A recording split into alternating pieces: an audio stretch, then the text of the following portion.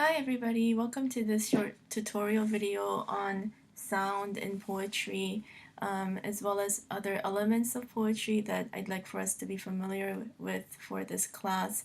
And as we're moving from a week that inspected and examined poetry regarding work, and we're transitioning into a new chapter in our book that deals with poems about fathers, I thought it would be appropriate to take a closer look at a poem that contains both themes, themes about work as themes about fathers, in a poem called Digging by Seamus Heaney. I'd like for us to first kind of hear this poem and inspect various elements from this poem together. So we'll go ahead and listen to this poem from the Poetry Foundation.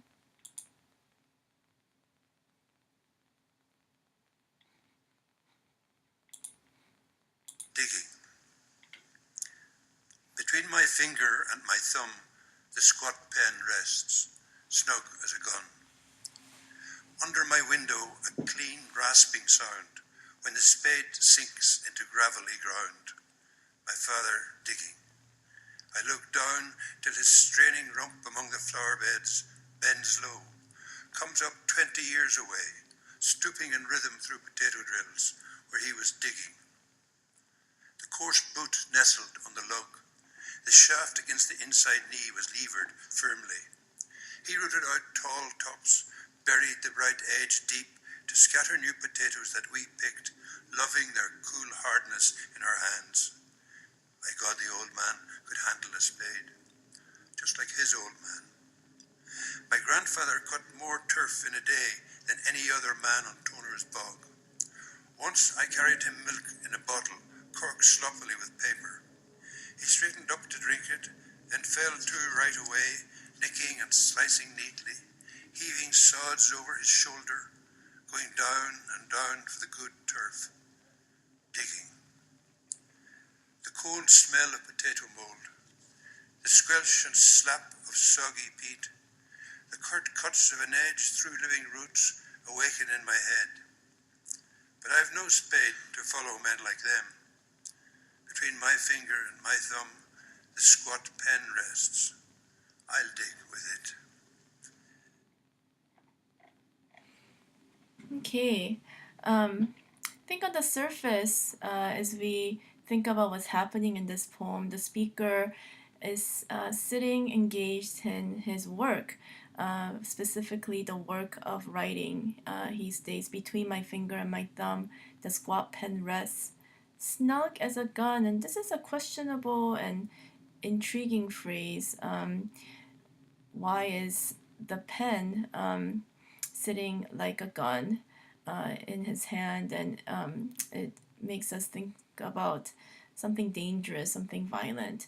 And the speaker looks down and he sees his father working in the ground below him, digging, and it makes him think about memories from the past, and specifically memories about what his father and the fathers before him have done. And he comes from a long and proud line of potato diggers. And Seamus Heaney, he's an Irish poet, and he thinks about how his grandfather was such a great digger on Toner's bog, and I think this line in particular, if we think about kind of the tension, where is the tension in this poem, is the phrase but I've no spade to follow men like them. He is his father's son, and yet the work that he's engaged in is quite different. And I think we see the pen kind of transforming into a sort of spade. As he says, the squat pen rests, I'll dig with it.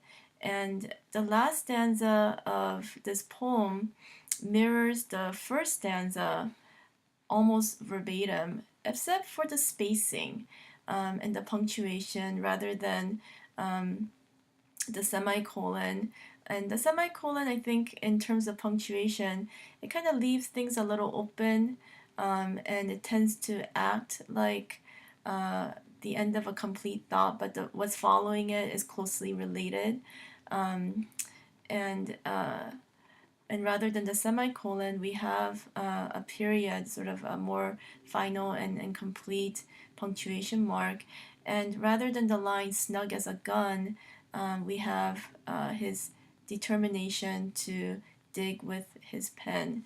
So the word digging from the title is repeated again and again in this poem.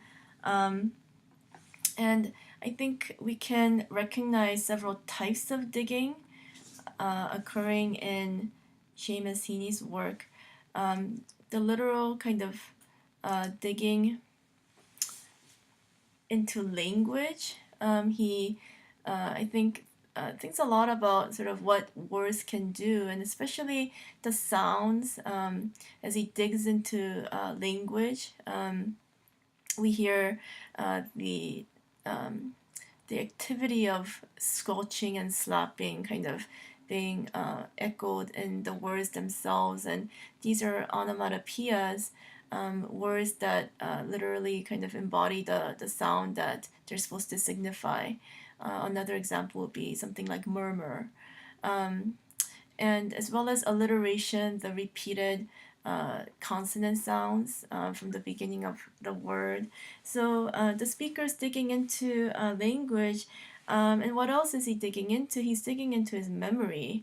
And we see him engaged in sort of traveling down memory lane. He's physically looking down, but then with this break in the stanza, and he sort of sees his father's straining rump that comes up 20 years away, that he remembers how his father had been doing the same thing 20 years before, stooping in rhythm through potato drills where he was digging. And I highlighted these lines in green just to note that whenever you have a line that doesn't, a thought that doesn't end, at the end of the line is called an enjambed line, ENJAMBED, enjambed line. And you see a good example of this with the line kind of sliding into, the thought sliding into the next and subsequent lines. I look down till his straining rump among the flower beds bends low. And this would be different from an end-stopped line, something like this line, by God, the old man could handle a spade. The line here is an end-stop line, and that is just, it's a complete thought in the verse itself.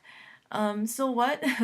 I think we want to think about why the observations we're making about word choice or sounds, even the way the lines work, why does it matter?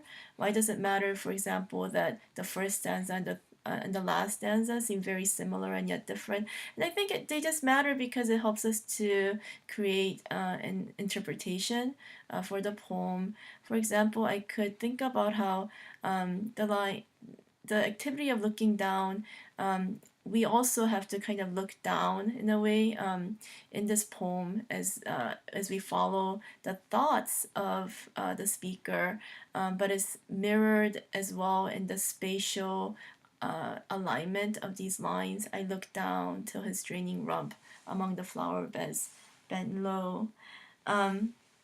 So I'd love it if you could continue to kind of comment on this poem, especially on the question of whether this poem, it almost starts out on a note of kind of a little bit of anxiety about his work, the work of writing. And I wondered if you might want to comment on whether this poem is justifying the work that the speaker is doing, or celebrating it, or a little bit of both.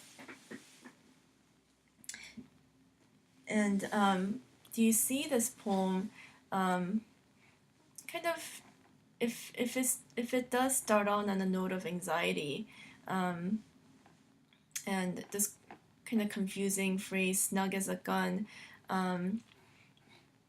does it somehow become like does anything get resolved, you know, by the end of the poem, as the speaker digs into his memory, digs into the form of words and their possibilities of language itself. When he says, "But I've no spade to follow men like them," does the last stanza offer us a resolution? So please post a paragraph response to the questions I've raised on digging for Tuesday's deadline. And that can be in addition to the work on alliteration that you're doing with the work poems found in our textbook. Okay, thank you, and I will see you soon.